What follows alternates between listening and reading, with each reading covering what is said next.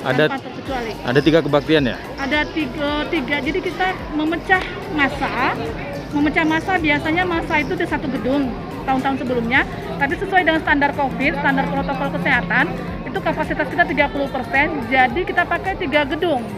3 gedung, ada gereja atas, ada gedung serbaguna 1 dan gedung serbaguna 2. Dengan kapasitas sekarang hari ini jumlah keseluruhannya ada 700 lebih jemaat, di mana gereja atas yang biasanya kapasitas 1000 orang, kita hanya pakai 340 orang.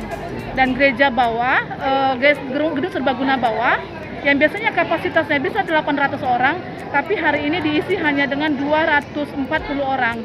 Serta gedung serbaguna yang kapasitasnya bisa 300 orang, kita hanya isi 100 orang. Oke. Nah, untuk penerapan protokol kesehatan seperti apa? Protokol kesehatan tetap seperti biasa, seperti lazimnya menurut dari aturan daripada pemerintah, mulai dari pengukuran suhu tubuh.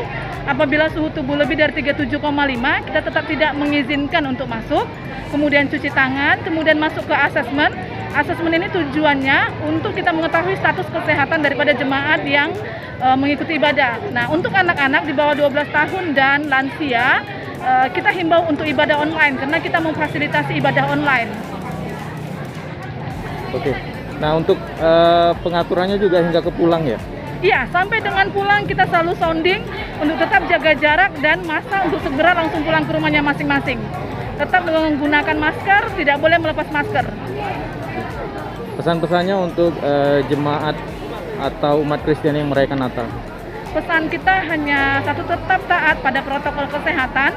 Bagi jemaat yang memiliki komorbid, lansia maupun anak-anak, lebih baik kita ibadah di rumah saja.